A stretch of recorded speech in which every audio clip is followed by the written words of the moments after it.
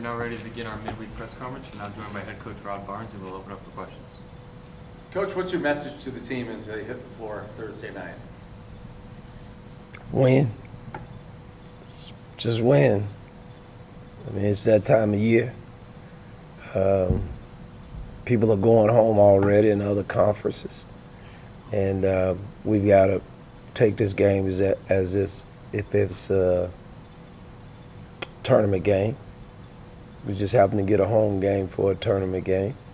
Just got to win. There's no tomorrow. Do you, though, challenge them in any way? I mean, I'm sort of curious how you go about getting them in the mindset of getting ready for a win-or-go-home type game. Do you use any kind of Jedi mind tricks to get them in that place? No, we'll just talk about what we talked about at the beginning of the year. It's one thing about having an opportunity to get to Henderson. That's been the goal the whole time. No matter what has happened, we saw it last year with Long Beach. It doesn't matter what happens in between. You get to Henderson, then your dreams can still come true. But we've got to take care of business to make that happen. We've had moments, games that we've played well enough to get there and advance, and we've got to put that together. And some teams, and hopefully we're that team, find a way when it's one and done. They play with more of a sense of urgency and focus, and it's guys that don't want their season to end, and it's guys that don't want their career to end, and we've got to be that team. We can't. There's no room for us to been like some of the things that we've had. Just as good as we've been just that bad, and it's got to be a week of good, and it starts on Thursday. Your first meeting with them, you guys were sort of in that time and place of a rut where you're falling behind early to Santa Barbara, CSUB. Yep. And then you went there. I think you might have won before you went there, but you went there and you fell behind by 10 just like that. You got to within one, you just couldn't overcome it. What concerns you about this Hawaii team as you look closer at them the second time around? Well, they're a really solid team. They're not a team that, as some of the other teams in our league that have runs on you where they just, get hot and just start shooting a basketball, and their pace is such. They're a team that's very methodical. They know what they want to do. They don't want you to speed them up in what they'll do. They play both half-court games. They play on defense, they get back, and they're solid defensively, and on the offensive end, they're going to run their stuff. They're not going to get a whole lot of quick shot, three-point shots. Not that they can't shoot the three, but they're a team that's going to, try to get what they want. They run good stuff. Once they find places that they feel like there's weaknesses, they continue to try to run the play. So just the most concern for me that they're a team that just stay right there. Again, they don't just give you an opportunity, to just blow them out in a sense or run away from them just because they're more of a half court, both offensive and defense. And then they're a pretty rugged team. They got some bigger guys. Their overall size is good. And obviously, at this particular point, rebounders is a big thing during this time of the season. Trying to get to the foul line is a big thing during this time of the season. And because of their size, concerns me on the perimeter because we need to make shots. We need to, get where we can be pretty good and pretty consistent on the offensive end. And, hopefully we can play at the pace we need to play it to give us an opportunity to maybe get some easy baskets. What makes you think that this team can fight through the injuries and then ultimately beat Hawaii and make it to Henderson? Well, we've had some time. We played early on Saturday. That's a lot during this time of the year, to take off Sunday.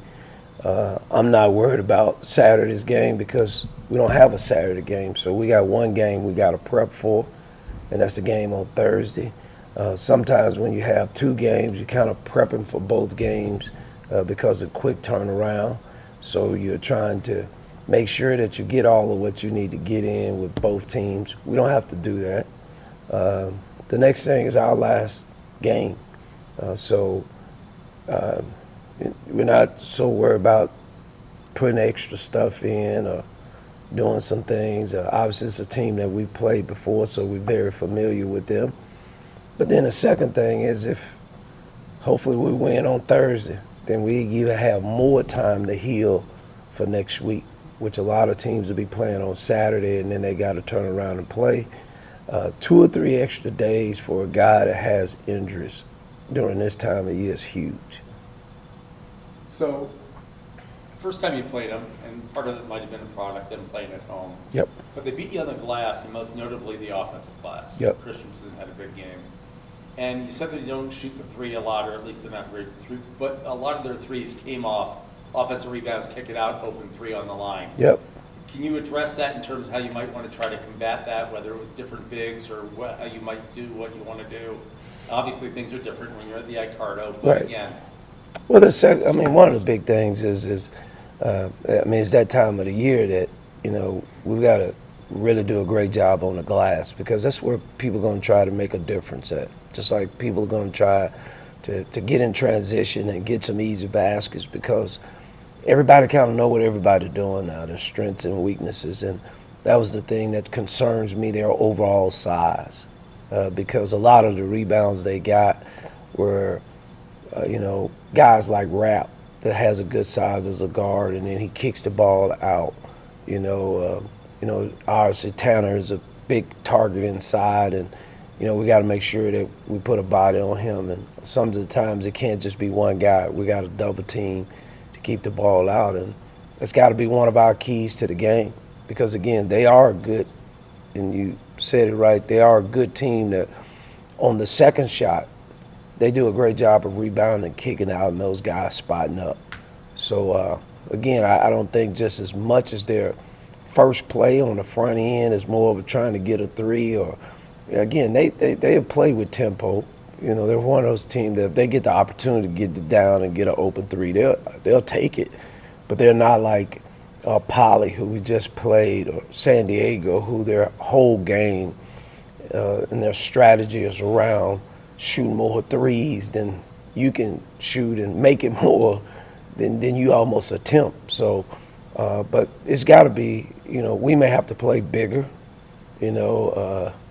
just so that doesn't happen to us, just to match their size. And again, hopefully, our guys understand the assignment that we have as far as that's one of their strengths, and they're physical, not burly or big and physical. They just play hard and they're not afraid of contact. So we often ask you about stopping this or stopping that. What Yeah. about in terms of attacking them? What do you think you guys can do? Do you see them vulnerable in any way? Is pushing the pace offensively something you want to do against them, or is there something else offensively? Well, I think we got to do that, because, again, they're a good half-court defensive team. So you've got to get out and get some easy baskets, and that's kind of the theme that during this time of the year. You've got to get out and get some easy baskets. You've got to get some offensive rebounds. Like, we've got to hit the boards, and not that you have to dominate the boards, but you've got to try to get another, attempt. And I think the big thing, because they're such a good half-court defense team, you got to make open shots. Last time we played them, we made our run. We got back in it. They went into a 2-3 zone, kind of slowed us down a little bit, and, we kind of went back and forth there a little bit, but that was their way of kind of, changing the game and trying to slow us down because we had a little run there where we were down and we came back. So we've got to be able to, again, make shots. Not that we got to shoot this unbelievable percentage, but, again, this time of year is key baskets. If they're going to try to play a zone, then we can't go 3 or 4 minutes and get stagnant and not, score. So that's going to be important for us. But it's a lot of the little things. Offensive rebound, make your free throws, hit your open shots. And again, they're one of those teams because they're solid on both ends of the floor. It's not, most of the time, a lot of open floor. And again, there's other teams in our league, they play so fast. Even though they could burn you on the offensive end, you could sometimes have numbers coming back the other way, and obviously you got to complete the play or make the three or whatever it is, take care of the basketball. I thought that was one of the things that hurt us in the last game. At the beginning of the game, we had too many turnovers. And that was during that time where we were getting off to such a bad start because of turnovers and, having 5 in the first 8 possessions and things like that. And that can't happen on Thursday night. They'll make you have to grind the game out too much if you get down too quickly. Backcourt pressure, their guard play, what do you think in terms of maybe, do you think that defensive pressure can affect these guys?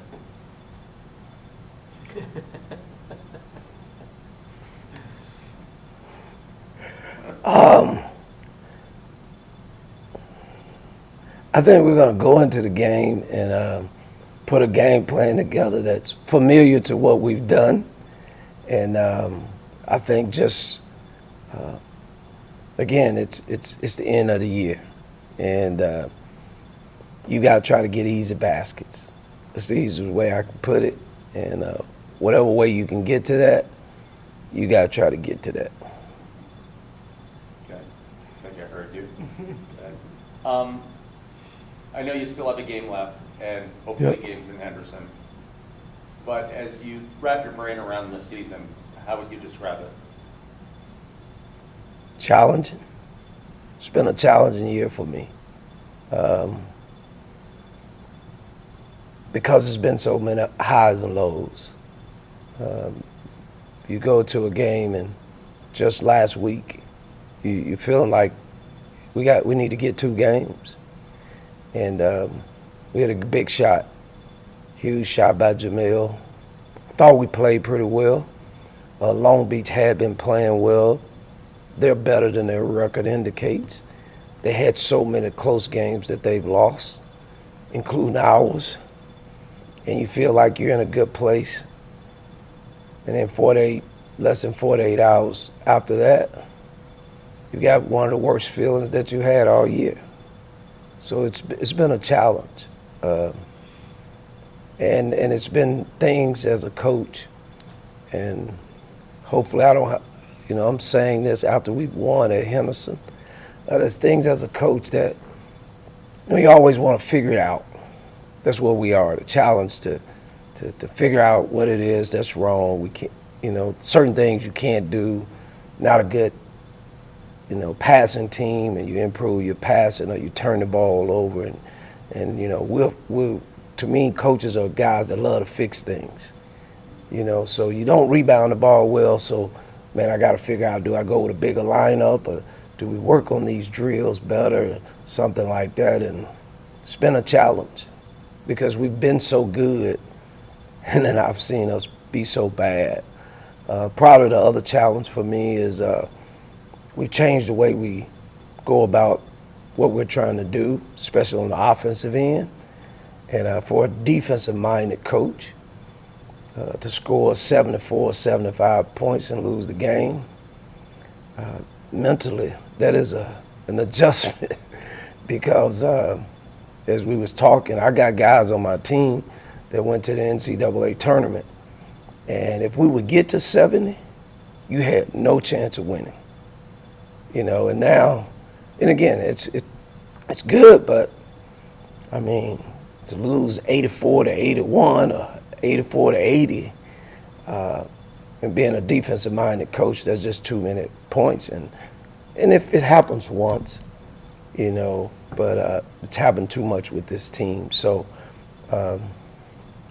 again, there's been some bright spots and some good things and some improvement on some things, but it's also been a challenge just because of being so up and being so down. And to me, I'm a guy that's coached that I've always felt like I could fix it.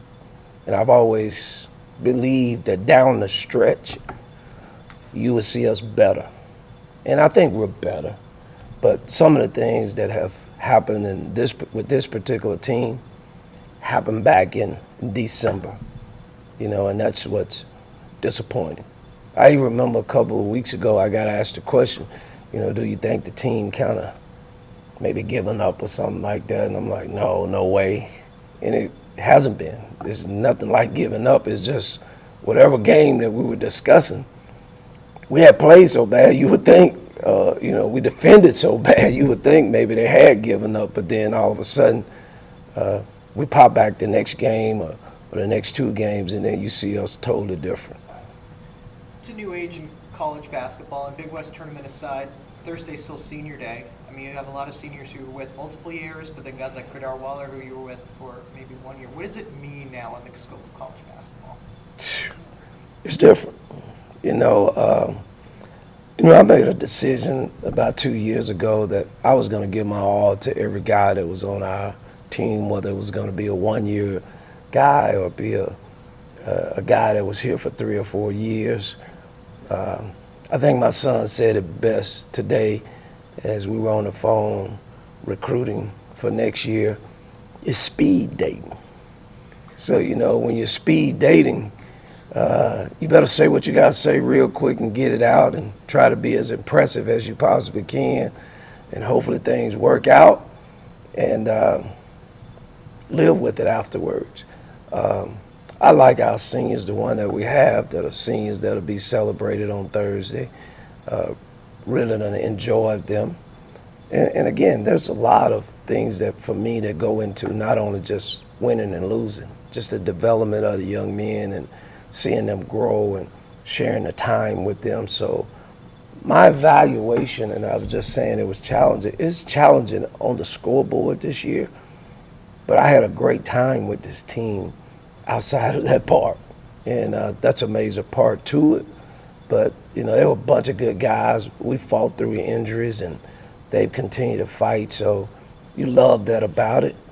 But, again, you're disappointed when you could play so well and do so well, and then all of a sudden it doesn't happen. So off the court, these young men have been great, represented our university and our program, represented themselves well. So you take some sense of appreciation, the opportunity to pour into their lives. And again, about 2 years ago, I got away from it because I saw it coming. There's going to be very few times where guys are going to be with you 4 or 5 years like they used to. So you better adjust and make the kind of changes that you need to make, both with them and for yourself mentally. Jamal broke Caleb's Division I single-season scoring record. How much has he kept this team afloat, given this team a shot to make it to the postseason? Well, he's done his part. That's been the biggest thing. He's that guy that keeps you with the opportunity to win, and I think he's done that. I think we've had some other guys that have, at different times, that have kind of supported. He's done. We thought he would be good. I don't know if I thought that he would be this good and do some of the things that he has done, just being with us for a year. But he's done some really big things for us, and we had a long talk with him yesterday. And just told him it's time. This is the time when big time players show up. They show up in these games. They're the difference makers. And he has that kind of talent and ability, and I think he's prepared for the challenge. Is there a danger, though, going off of that Jamel takes over and everybody else is standing around? I think, going into this game, which I thought Marvin did it the other day and got hurt. I thought Marvin, I don't want to say red, but Marvin, the third, I thought really tried to show up. He really started to shoot the ball well. He made a couple shots at Long Beach, got off to a great start there at Parley, and I think if he had stayed healthy, I think we'd have had a chance to make a run to come back in the game. It's time to put it together. That's the bottom line. I mean, Jamel's got to, use his teammates, and they've got to use him. And everybody has to play well. Again, you asked me this early. We talked about our coaches. We talked about our team that went to the NIT, and we were so good defensively. And we kept saying, man, if we could get going offensively, and went to Vegas and, being a higher good seed and playing there in the finals, and obviously disappointed that we didn't get to the NCAA tournament. But then we got back home and went to the NIT, and there was a sigh of relief. And then we went on 3 games where we basically blew all 3 teams out, and we have that kind of talent in a sense. If we can get everyone healthy, we have that we can go and we can be good defensively, and we could be really special offensively, but we got to put it together. And again, our staff, we talked about that team, that they believed in their defense. They laid their hat on defense. And I can remember us scoring like 44-39 against maybe Seattle or someone like that. And you're like, man, if we could ever get to shooting the basketball, like this team has it. Like they got it. And I can remember every week it was, Coach, you went 4 minutes without scoring. You went 7 minutes without scoring, you think. But then we won the game. And then all of a sudden we get to the NIT, and they were just explosive. I mean, we laughed this morning. We had Cal down 44-19 at the half, and I still wasn't happy because I thought we could have played better. But this team has that kind of makeup. But then we got to put it together. It can't just be where it's been, where, we got 1 guy, 2 guys, has that scored, and hopefully postseason does something different, and that's what happens. I thought that last year, again, I hate to keep bringing them up, I thought that's what happened with Long Beach. We always knew they were dangerous. Then nobody really want to play them. And all of a sudden they got to postseason, and all of a sudden they just put it together. Hopefully we can do the same thing. So, by the way, I remember a ridiculously low-scoring game against SMU. Yeah. 46-39 or something like that. Yeah. So 2 questions about consistency that you talked about. Yeah. And the challenges you spoke of. So the first question about consistency is one of the challenges is that you, even as the head coach, sometimes don't know what you're going to get on a given night. Oh, no question about that. Because there's so much going on nowadays. And what I mean by going on, you got a bunch of new gear. Our backcourt is new. Normally, if you say your backcourt is new, years in the past, if you got 2 new guys in the backcourt, that means you're not going to be just that good, especially here recently with older backcourts. If you look at teams that are good, you got guys that have been in their backcourt that are older guys. T.Y. is an older guy. P.J. Fuller's an older guy. Even though he hasn't been with Northridge, he's a guy that's been on this level. We got 2 guys in the backcourt that have never played Division I basketball. Now, are they talented enough? Yes. But that's different, when you got guys that have been in the league or been in Division I, to have that kind of experience, to have them in the backcourt. So there's some things there that obviously you have uncertainty, and that's where I was really counting on because I thought we had 4 guys. And pretty much most of this year we done played with 3 of those guys, with Tom Mark not being available most of the year. And it's a shame for him especially, but obviously it's a blow to us because he does so many things as a veteran player that we need. And again, that's why I said if we can overcome Thursday night and have another, 4 or 5 days before we play, maybe we can get him good enough that he could be consistent.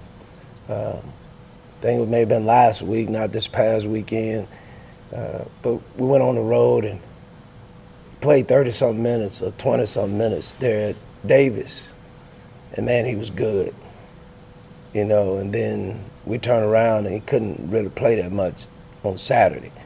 And we were a different team.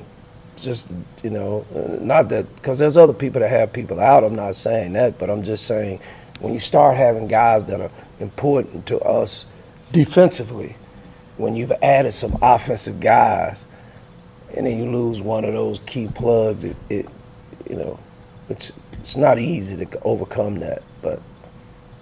Doesn't bode well for hoping to play 4 games in 5 days in Vegas. So my last question is, and you sort of answered it a little Sure. bit, but in your past, with the success you've had in Mississippi, the success you've had with some teams here, what has been the key to consistency? Most of the time, experience. Most of the time, it's guys that have been together.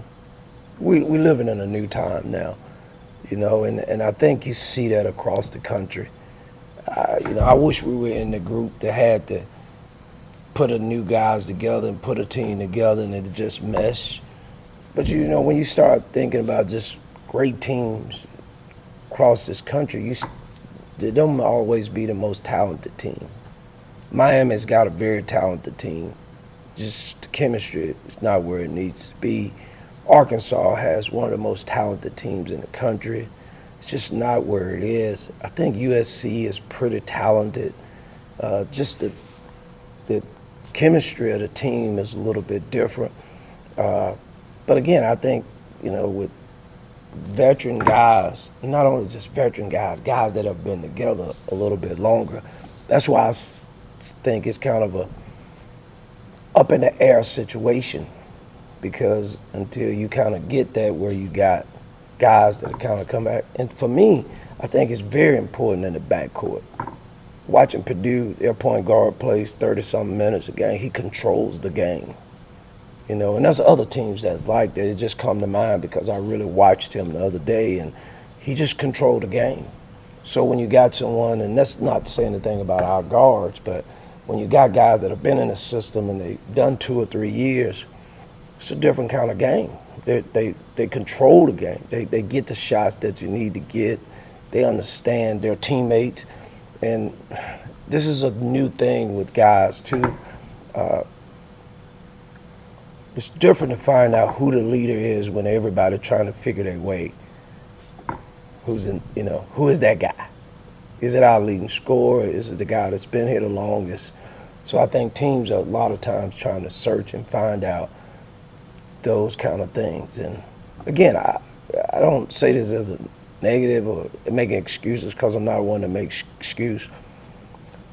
If Tom Mark is healthy all year, we're a different basketball team, because it puts another guy in there that helps a lot of things that may go wrong out front.